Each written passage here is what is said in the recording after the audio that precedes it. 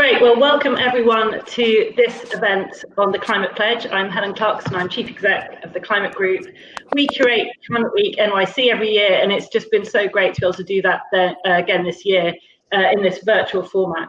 So the 2020s are the climate decade. Science tells us we need to halve global emissions by 2030 in order to get onto a path to net zero by 2050. And we already knew this would be incredibly challenging and involve massive amounts of change across all sectors of society and the economy.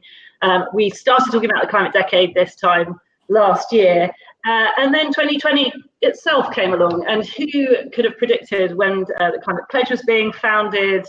We were at Climate Week last year. Who would have predicted what 2020 would look like? And so, you know, one of the big global things, obviously, the COVID-19 pandemic, global health crisis, which affected all societies, all economies, and like climate change, really affecting the lives of the most vulnerable. And of course, lots of civil unrest and other issues around the globe this year. So the theme for Climate Week this year has been about building a better future as countries start to move out of 2020 and move out of the pandemic and work to rebuild their economies. We need to find ways to do that meet the climate crisis. And it's been great, I think, this week. We've been hearing some really ambitious commitments across the week. And this event about the Climate Pledge is just the sort of leadership that we're really excited to hear. So I'm thrilled to be here to discuss the latest developments around the Climate Pledge, co-founded by Amazon and Global Optimism a year ago. And as the co-founder and first signatory of the Climate Pledge, Amazon has taken leadership steps in progressing towards net carbon zero, from innovation in renewable energy and packaging to investments in critical technologies and nature-based solutions. And not only that, but in just 1 year, Amazon and Global Optimism brought together several leading global businesses to join the pledge with them and commit to net zero carbon by 2040, which is 10 years ahead of Paris. So including Verizon, Infosys, Mercedes-Benz and others.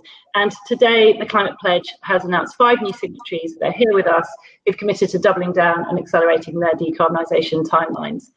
And of course, Climate Week's not just about business, but also about other non-state actors, so states and regions, cities, civil society, and about the importance of collaboration to achieve these goals and address the urgency of the climate crisis. And the Climate Pledge itself is built on collective cross-sector action, and with that aim at the centre to achieve net zero by 2040. And it's through this collective action by business and government that we're going to achieve the real systemic change that's needed to secure that world with greater prosperity for all. And what I'm finding really inspiring about all the signatory companies is both the scale and complexity of their businesses, of their operations, and this commitment to really digging in, investing and innovating for a better and cleaner future. And nothing would happen without those willing to take these first steps.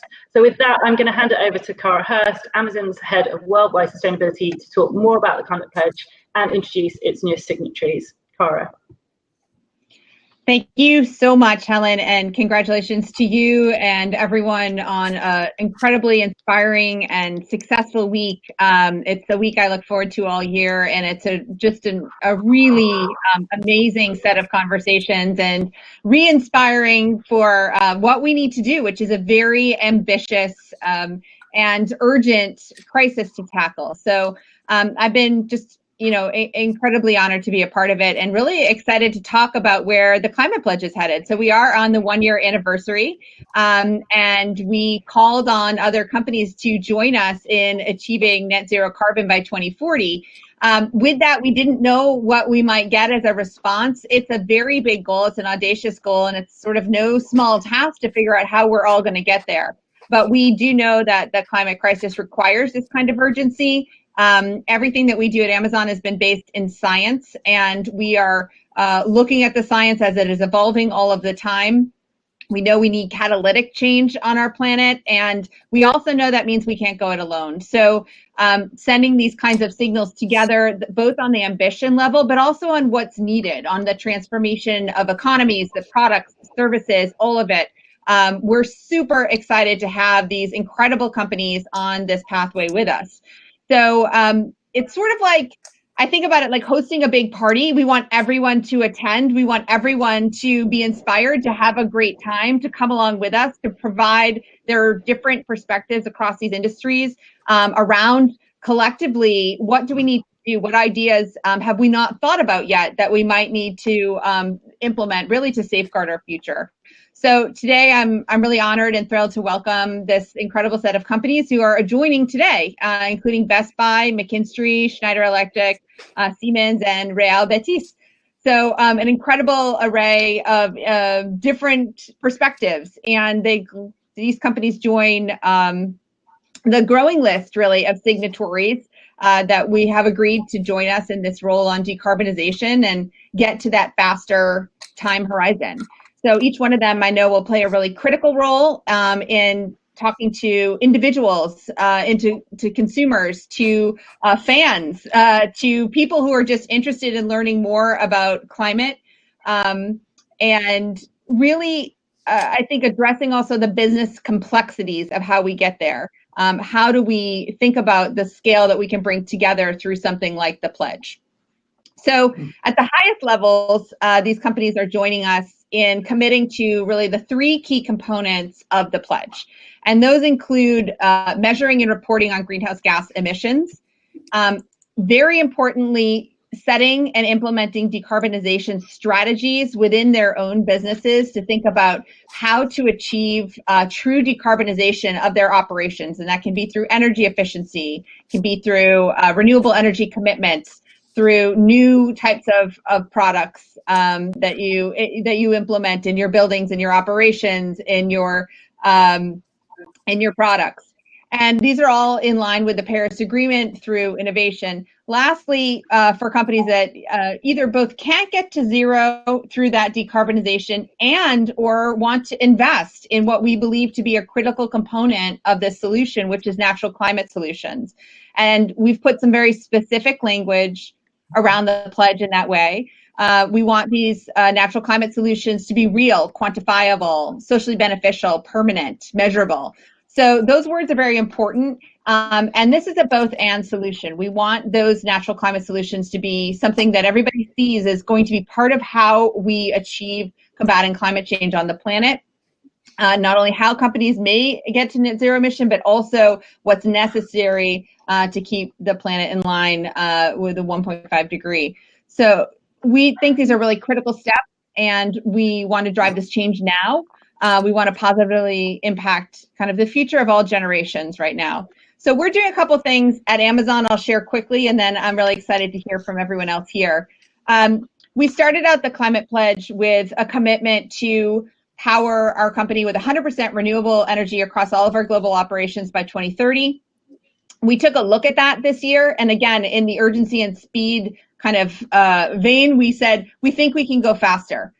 We closed last year at 42%.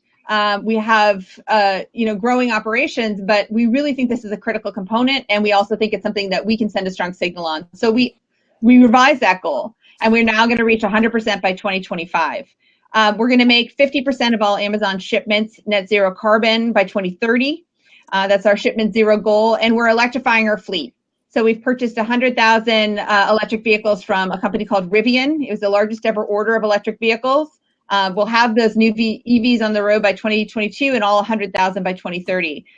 We're also excited Mercedes-Benz joined the pledge, and we've ordered 1,800 vehicles from Mercedes-Benz. So as companies come in, we want to partner and make sure that those solutions are available.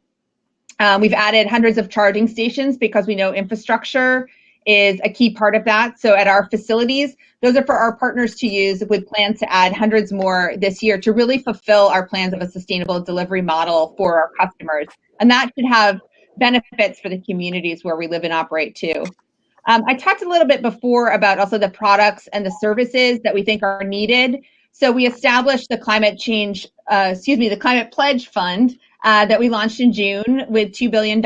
And we are really looking to invest in visionary companies, really at any stage, that have products and services that will help us decarbonize and really facilitate all of our transition to a low carbon economy. So we've started on those. We've made a few announcements so far. I'm excited also to think about how we can partner with other signatories in the pledge on those kinds of co-investments. We created the Right Now Climate Fund as well, so a $100 million fund that is really about reforestation and mitigation solutions around the world. We did this in partnership with the Nature Conservancy. We've announced a first couple of projects, one here in the United States and one in Germany. We have a lot more underway there, but those are really, again, about providing and upholding a marketplace of natural climate solutions that the planet very much needs. So those are a couple of the tangible things that we're doing. We launched a program yesterday called Climate Pledge Friendly, which is another signal for our customers, a way to make it easy for them to find sustainable products. And we continue to think about ways that we can utilize our business to deliver on the pledge and invite others in. So we really look forward to sharing more throughout this year and continuing to track our progress in the future. I personally just want to say I believe this is the most important fight of our lives, along with fighting racial inequities and racial injustice here in the United States and around the world. But I do believe that climate change, all of those components really ladder up to a healthy planet. I know we're going to get there. I know we're going to get there together.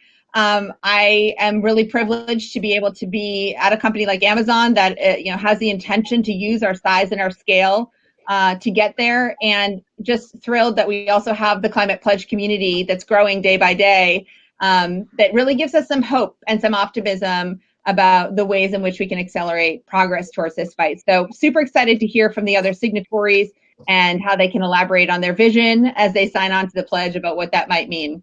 So I think now I'll turn over to Nigel, and we'll continue on.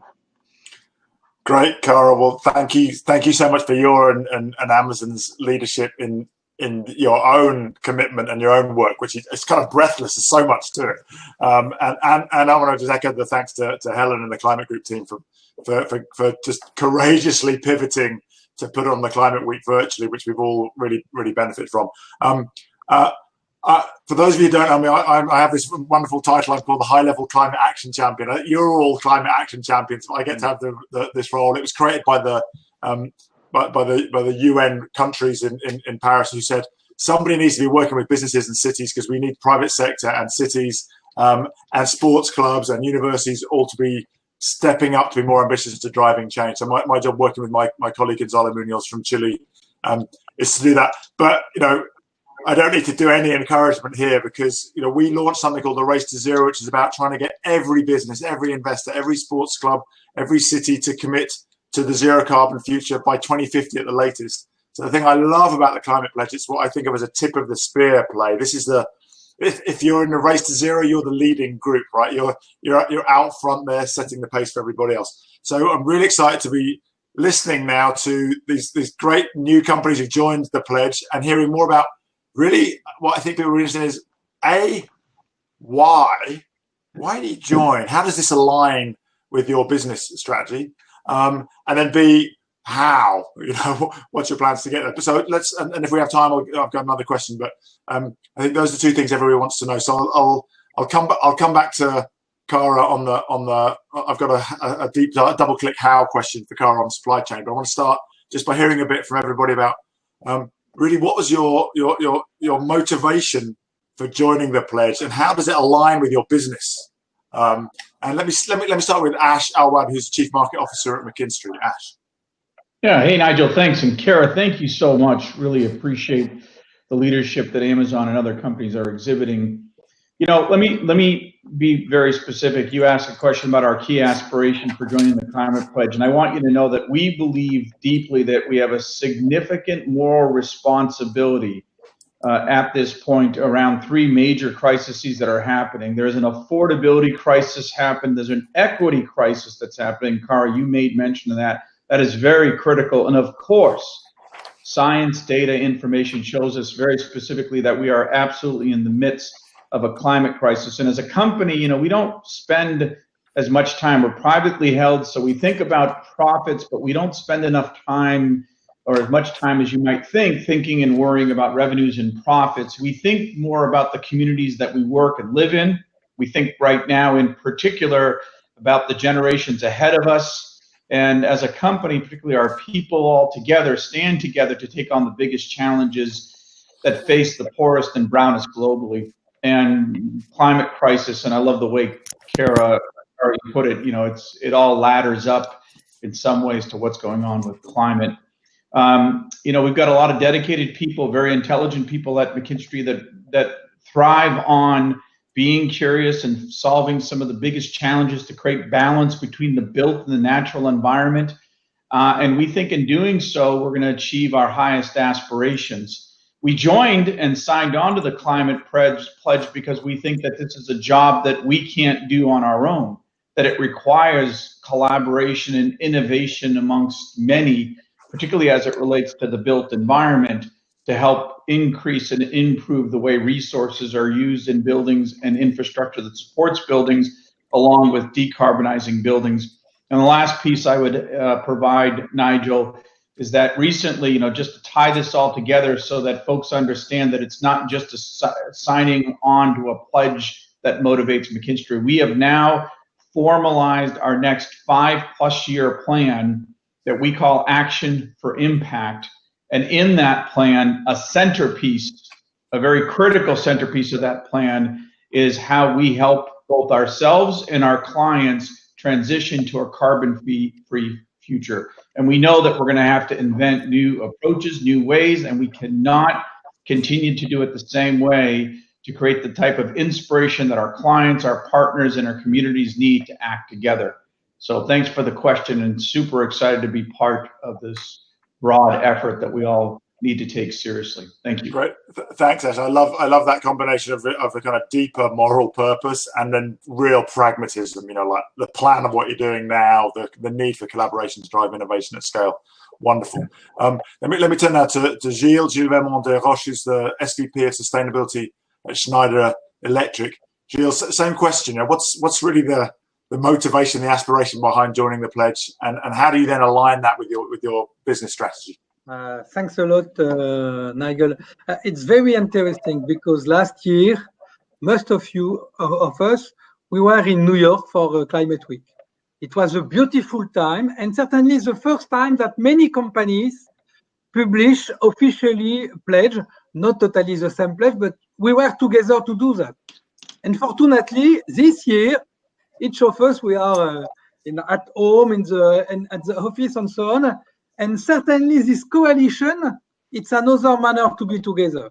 And I would like to thank Amazon to give this opportunity. Perhaps we are not together in the same manner. For many things, it's less interesting. But perhaps with this pledge, with this climate pledge, it's more efficient because we face together something for the future. At the end of the week, we have a treasure that we have together, and I hope that with Amazon, with the other company, we can discuss more and more to energize what we are doing and how do we take commitment. Because today what's happened, each company takes a lot of commitment because they have a vision of their own jobs. Schneider Electric, it's the leader in the digital transformation in energy management and automation. In fact, to reduce carbon emission, it's our job. First, we have to reduce our own carbon emission. And second, we have to be partner with some other company to help this company to reduce their own carbon emission. But to do that, we have to make sensitive people. We have to think together what we have to do together. It's why, thanks a lot, Kawa, for this initiative. And we are very happy to join that with the first company that we have today. And I'm sure many other companies in the future. The goal for us is to make the Paris Agreement. For that, we need commitment and measurement. And in the same manner that Kawa, Schneider Electric, we have a pledge. We published last year our pledge. We would like to be carbon neutral in 2025 for Scope 1, Scope 2 with our own emission. We are on this road with very bold commitment.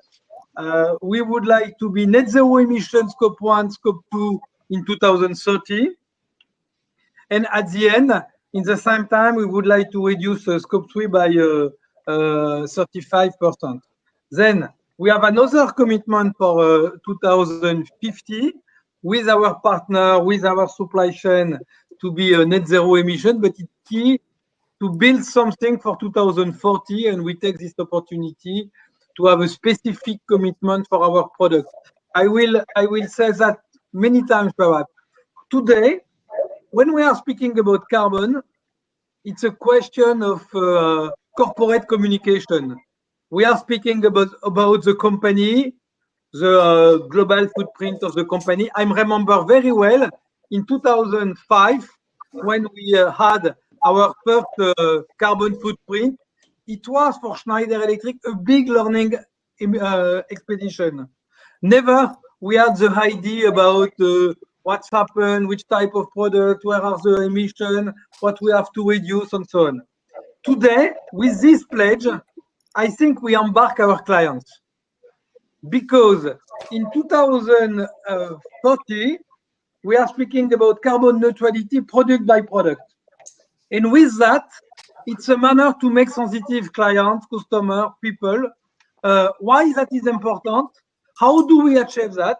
To reduce our own carbon emission and to offset, which type of offset, how with it offset we are contributing for development. In Schneider Electric, we make our offset with a global fund with some other company, Michelin, Danone, SAP, and so on. The name is Livelihood, to provide development in the same time that we have offsetting. And I think this initiative, it's key to embark the community, not only to be in the race between 4,000 companies which would like to be carbon neutral and publish that in the annual report and in the corporate site, but to express product by product with our community how that is important. And for that, this pledge, I think it's key. First, to accelerate and reinforce our own pledge. Together, we are better. And we can energize our company. But if the company of our colleague considers that we are alone to do the commitment, okay, they are committed, but just that. But if we are together with many other companies in a coalition, first, we demonstrate that the company are part of the solution. It's not only a question between states. It's not only a question between commitment between states. We are actors for the future.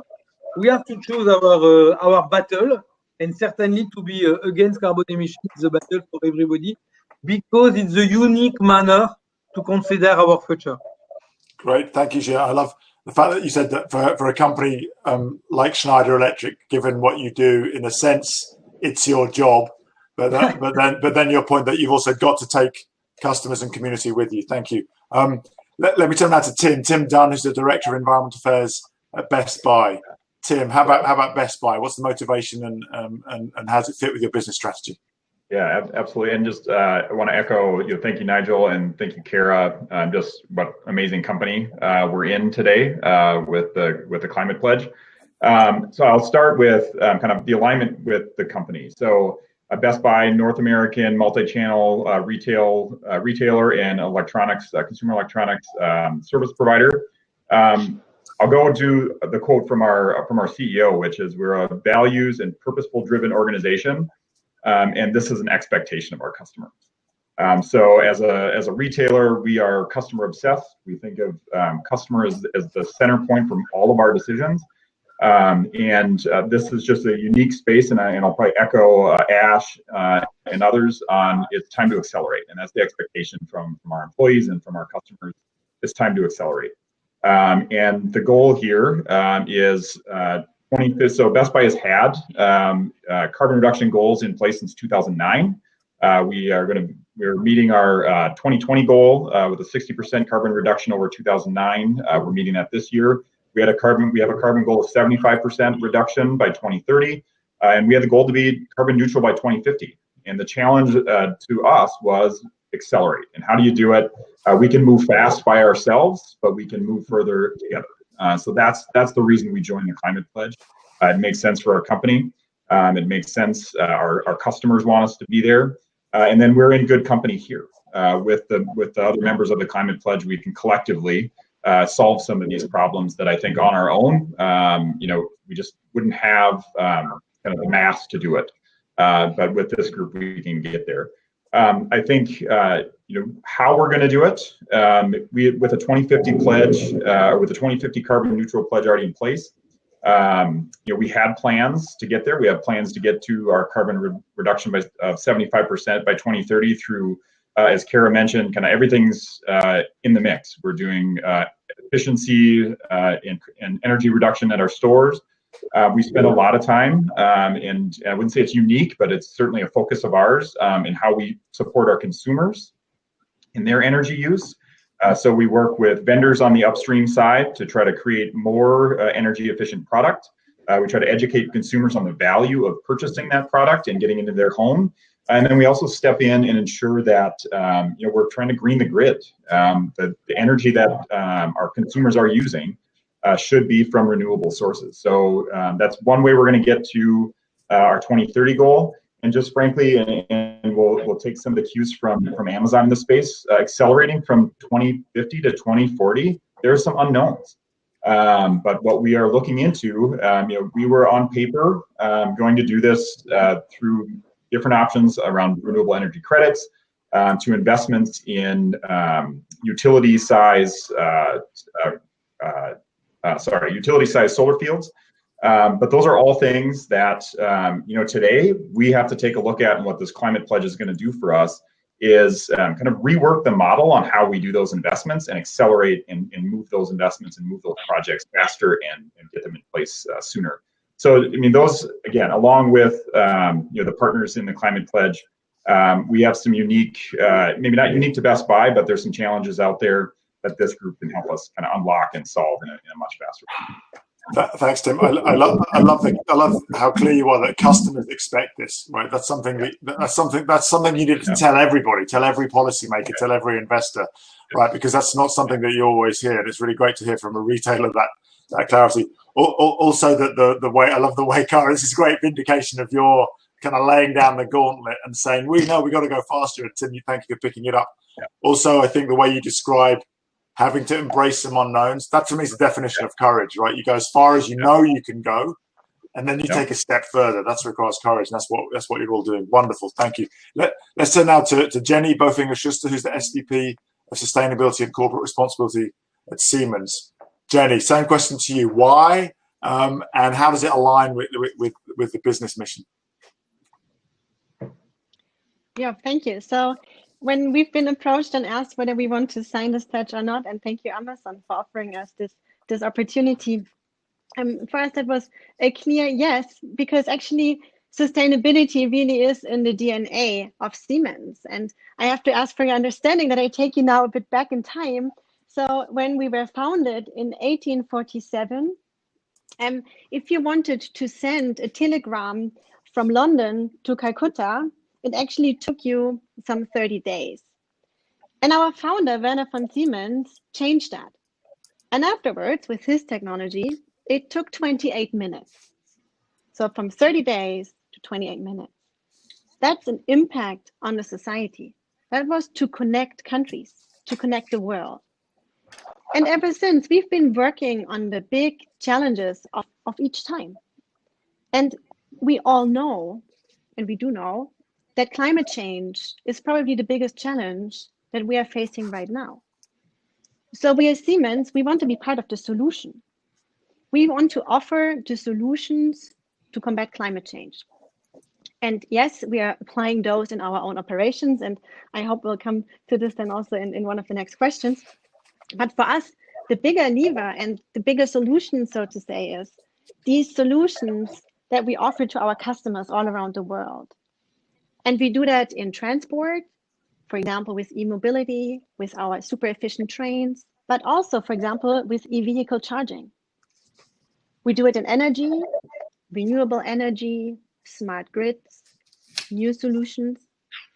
And of course, we also do that by energy efficiency and the management of energy efficiency in buildings and, of course, in industry. And by doing so, our customers in the last year were able to save 650 million tons of CO2. That's more than 10 times of the emissions of New York City.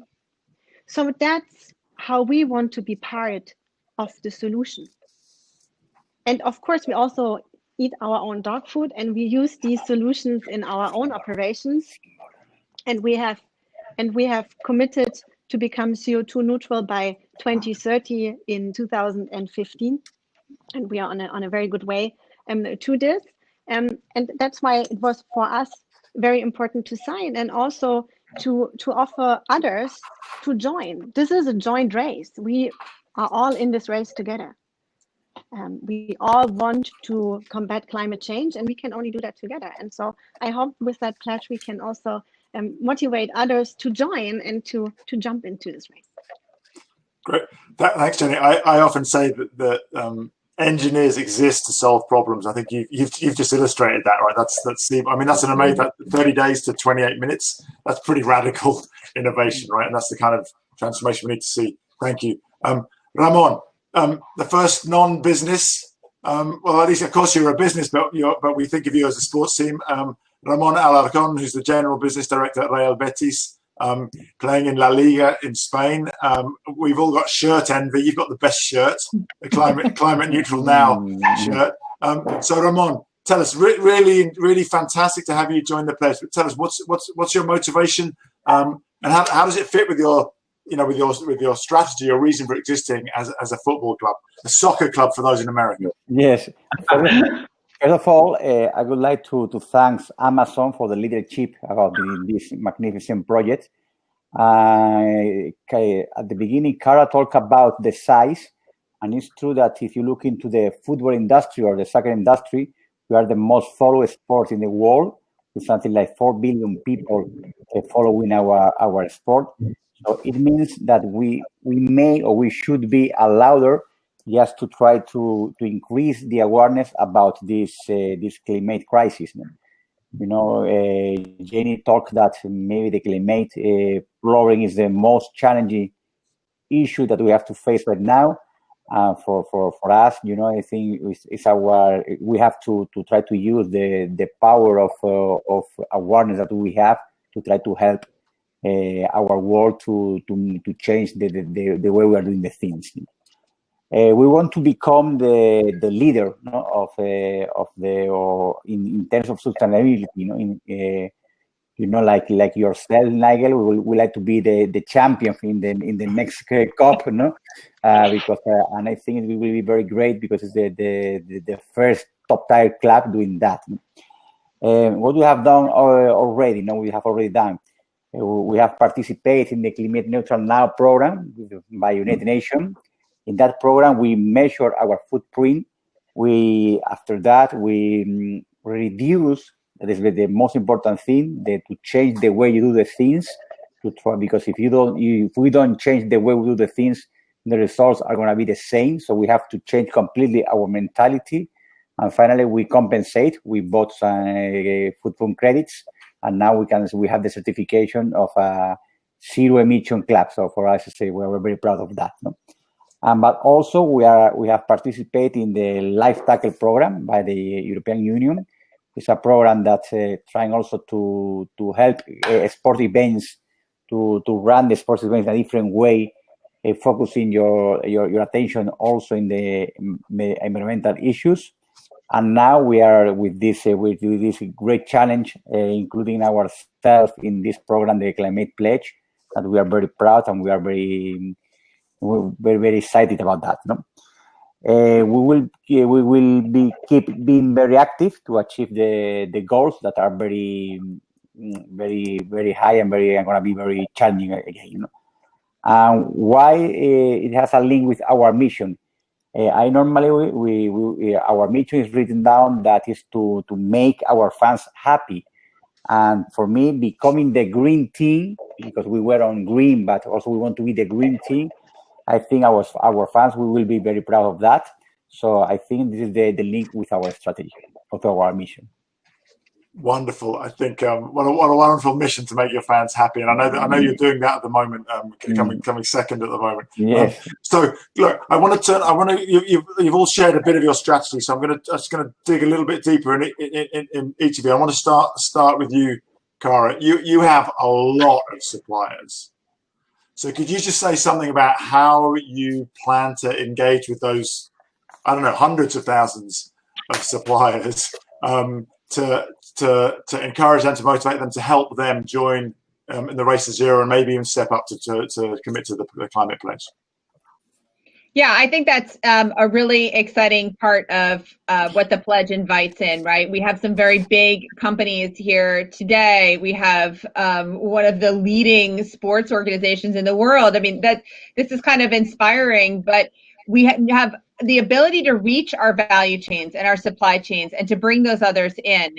And that's really going to be transformational. So we are focused on that. I mean, over 50% of what's sold on Amazon is sold by small and medium-sized businesses. So they are a critical part of how we work, a highly valued partnerships across the board.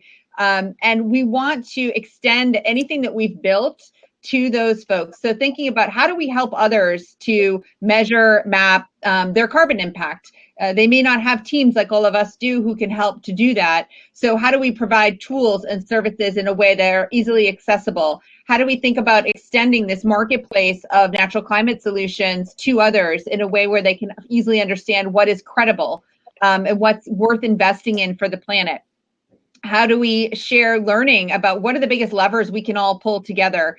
So we've started some of this through the products program that we launched on Climate Pledge Friendly, where we're partnering with 18 different certifications and inviting really all of those companies who are selling on Amazon to transform their products in ways that we think are very credible. But I also think, our partnerships, and particularly with Race to Zero, We Mean Business, TED Countdown, are going to extend that reach. And we're very much intentionally looking at working with SMEs, working with suppliers, working with all of our value chains, and building out that kind of sustainable market solution that provides these tools in an easily accessible way and allows others to come in and say, here's data that we have. Here's a way you can look at building your resiliency around climate. Here are some the products that we think are really useful. So that's absolutely a next phase we're going into. We're really excited about it. And I think with all the companies here, it'll be very successful. Great, thanks, Karen. And I was actually talking earlier with the International Chamber of Commerce Exponential Roadmap and We Mean Business on the launch of that climate hub. The International Chamber of Commerce have 45 million SME members, and they're aiming to get 1 million to commit to zero. And a chunk of them, I'm sure, will commit to the pledge by 2040 by the time we get to the COP. So really fantastic. I know you've all done such a great job of explaining more than your motivation, also your strategy. So we're going to ask you just to keep the answers quite tight. We've got about 10 minutes left, and I want to ask all 5 of you quickly. I want to start with Ash. Built environment. Very fragmented value chain, some very old industries in that value chain, particularly cement and steel. How do you take them? How do you take cement to 2,000-year-old industry? How do you get them innovating? Yeah, well, that's a really great question. As a matter of fact, I actually think that's one of the biggest challenges that we have. Buildings cost too much to build and too much to retrofit. Our industry has lost productivity over the last 15 or 20 years, lost productivity. That means that when we try to spend the right money to make buildings better and more in balance with the natural environment, we are forcing customers to have to make too hard a decision, especially when they don't have the budget or if the return that they expect isn't there. That is on us as an industry. Our fragmentation, the silos that exist, are a real problem. And currently, we are not thinking deeply enough, and our customers are not thinking deeply enough about how to change what has happened for 100 years. I'll give you one last example, and I want to point everybody to the website. We're not normally a developer of buildings, but we recently developed a building in Washington State. This is a 160,000 square foot building made out of cross-laminated timbers. It is going to be certified as zero energy, zero carbon building, and we built that building at no cost premium. Replicable, something that can be moved and done in every city globally. But the way we did it was not miracle. It was just rethinking the way the supply chain came together.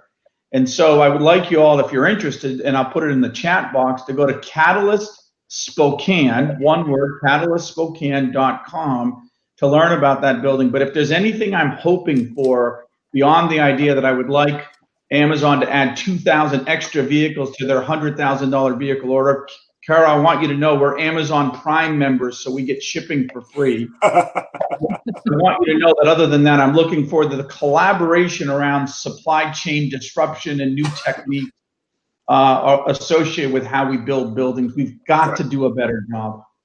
Thanks, Ash. Thanks, really frank. Also, I love that you brought in the cross-laminated timber. Actually, I know that we are starting to see some cement companies commit to net zero. I know one, Dalmia and Indices, committed to 2040. We should get them in the pledge, Cara. And they're starting to innovate. But so having some disruptive cross-laminated timber technology that will force them to innovate is great. To you, Gilles at Schneider, you talked about having to deliver net zero products. How do you go about changing the way that you design products to make sure that they're net zero? Yes, sure. When we are speaking about climate change, very often we are speaking about efficiency. And efficiency is key because the first commitment of a company, and nobody can understand that we jump on this commitment. The first commitment is to collapse our own emission. For that, we have a lot of solutions, and it's true, especially in the building, energy efficiency, smart building are a part of the solution, especially to include renewable energy. When we are speaking about plants, we have another type of solution. When it's a question of industry of the future, we are able to be smarter together with artificial intelligence to reduce waste, to reduce a lot of things, and to be good on this topic. But for me, after this collapse, for a company like Schneider Electric, certainly the main commitment is to build a new world of solution. In innovation, it's key. Never we will win this war against carbon with the solutions that we have today. We have to innovate. We have to rethinking differently all the things. The manner to consume, the manner to be transported, the manner to work with the others, and so on, and the manner to organize a company everywhere on the planet. I have an example. For example, Schneider Electric decide to phase out SF6. SF6 is a specific gas that we put in some product. The big drama with SF6, it's more than 22,000 times as carbon in terms of emission. And for Schneider Electric, we will have a total phase out of SF6 for 2025. For that, we reduce by 4 million equivalent CO2 tons equivalent CO2 each year, and we decide to change from SF6 to air, and it's a big innovation for us. That takes a long time to do that, but certainly it's a part of the solution. Innovation in the product, innovation in the solution, but innovation in the manner to work together. Perhaps you know a big program that we have with Walmart. Gilles, I'm gonna cut you off there. I want to just get the last. Thank you. Great example. I just want to go quickly to the other panelists to get one last shot. Thank you. Tim, you talked about customers expecting this from you. Nevertheless, you're going to be asking customers to make some different buying decisions, right? So how do you take customers with you? I mean, do you choice edit? Do you take stuff off the shelves, or do you particularly promote lower carbon alternatives? How do you take customers with you? Yeah, so I think there's two short answers to that, and I'll try to be pretty quick about them. So first of all is working with our supply chain to provide products to the consumers, provide a greater choice to consumers around energy efficiency of, basically everything that we sell has a battery or plugs in. And so how do you get sort of a floor set on energy efficiency? So the consumer, whether we're just sort of eliminating the option to purchase less efficient products. Right, so just literally edit out the bad choice completely. Work with vendors to try to, there always has to be options for consumers, but how do we work with the vendors to try to maintain that price point and provide better products, provide the greatest value for that price point. I think number two is kind of this concept of meet the customer where they are. And so our historically we've transformed a lot as a business with this idea of meeting the customer, having the customer within a store within 75% of the population. Within 15 minutes, somebody can get to our store. Flipping that to 95% of our assortment needs to be within 24 hours of every customer for Best Buy. And that fundamentally changes sort of the equation of what we need to solve for is a transportation issue. And that's where I listened to Jenny, Kara. I mean, there's so much opportunity for collaboration in this space. When we talk about electrification of the grid, we talk about smart grid technology. I mean, those are the things that we can support our customers becoming more sustainable just through the choices and the options that we have available to us, getting their product to them. So, great, fantastic. Thanks, Tim. Jenny, you talked about Siemens being an engineering firm that solves societal problems. One thing I hear a lot from companies is about the changing expectations of young people coming into the workplace. So young engineers. How does your ambition to be part of the solution and to drive transformation change the way that you attract new young engineers to the company and the way that they see you? Does it make a difference?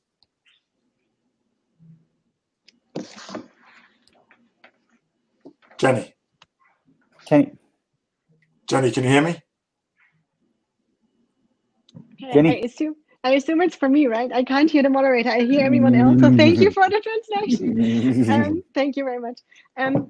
Also, when it comes to how can you actually accelerate innovations and how can you use these technologies, I believe there are many success factors that actually help.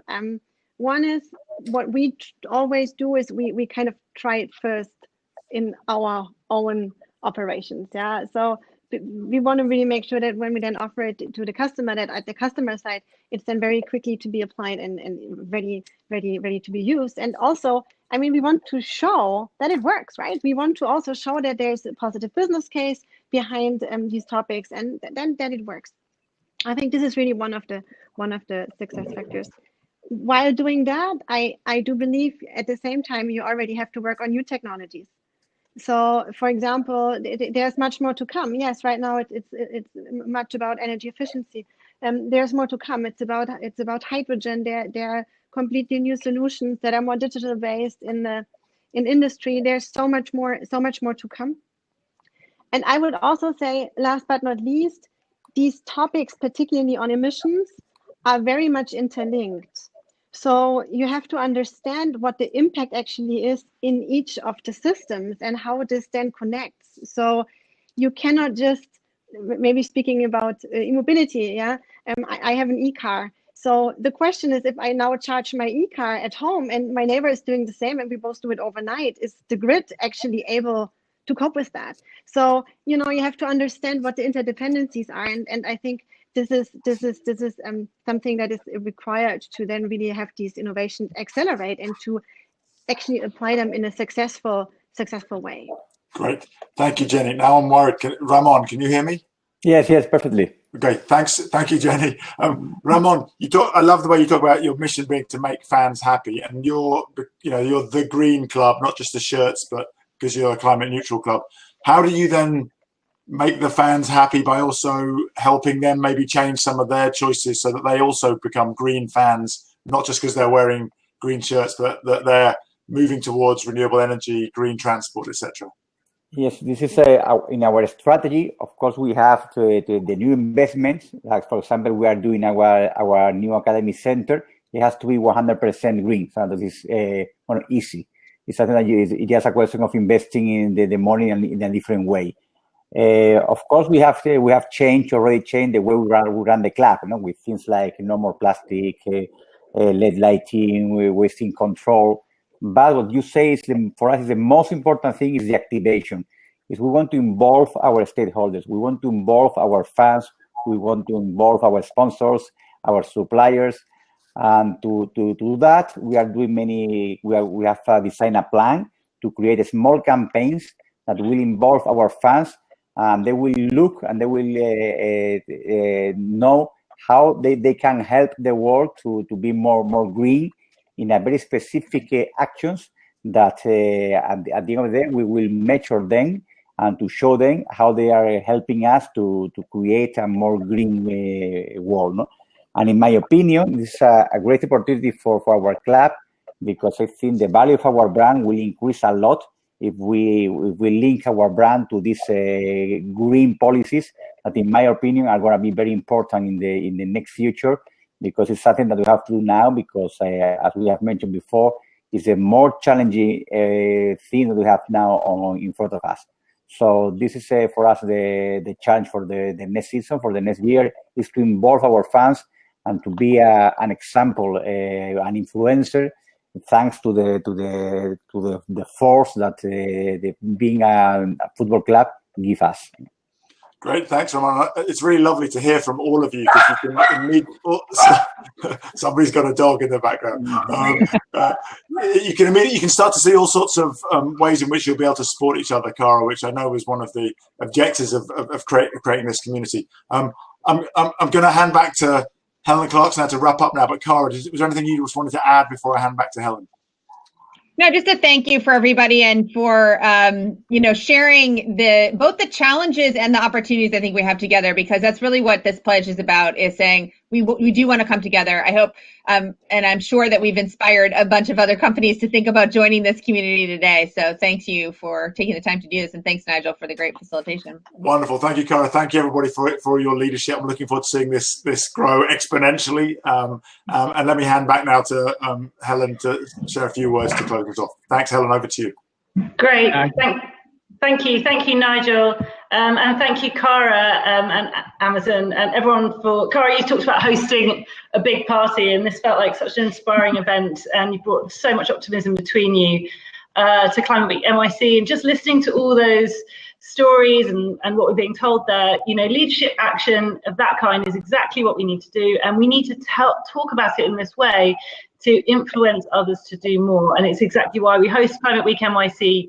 The knowledge sharing and explaining, as Nigel said, the sort of the why and then the how, and getting into some of that detail. So I'm really excited to hear this. I'm really looking forward to seeing progress from all of you and lessons learned and shared through these collective efforts. So thank you very much again for this event. Thank you. And Helen, I just remembered, I meant to say to Ramón, Real Betis are playing Real Madrid on Saturday. So we'll all be cheering for the Green Club, and I hope that Climate Neutral beats Real Madrid. Thank you, Ramón. Very good. Yes, to become a champion is a good idea. Start winning matches. Thank you. Bye. Thanks. Bye. Thanks, everyone. Bye.